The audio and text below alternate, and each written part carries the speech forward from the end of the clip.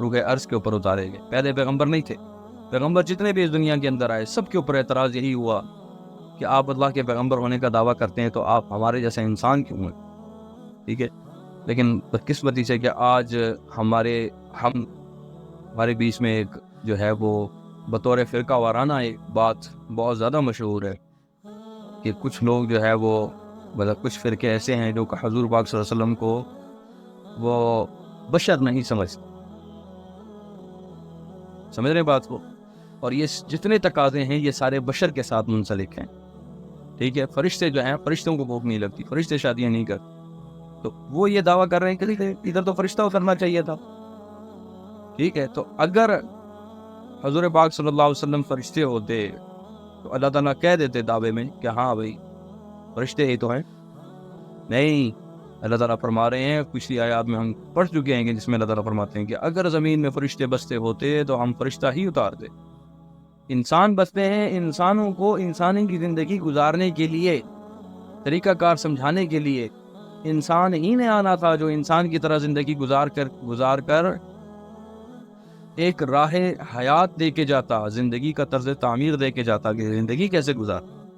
دین کے اوپر ایک انسان ہی عمل کر کے دکھاتا. اگر کوئی فرشتہ عمل کر کے دکھاتا تو لوگوں کا یہ دعویٰ ہوتا کہ یہ تو فرشتے تھے, ہم تو انسان ہیں, فرشتہ کر سکتے ہیں, ہمارے لیے مشکل ہے. ٹھیک ہے.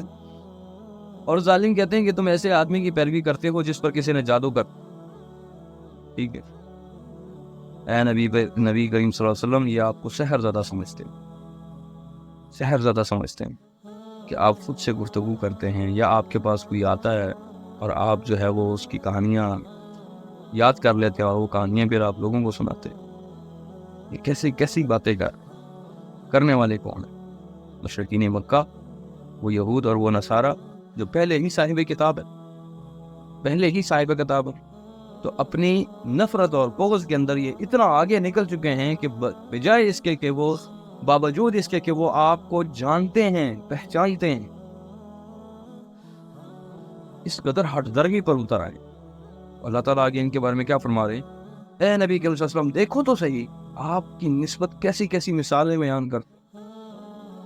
اللہ تعالیٰ فرما رہے ہیں کیسی مثالیں بیان کرتے ہیں, سو وہ گمراہ ہو گئے لہٰذا وہ کوئی راستہ نہیں پا سکے. اللہ تعالیٰ فرما رہے ہیں کہ ان کی اس ہٹ درمی کے باعث ان کو میں نے راہ راست سے اتنا دور کر دیا ہے کہ یہ خود چاہے بھی تو اس راہ راست کے قریب نہیں بھٹک سکتے.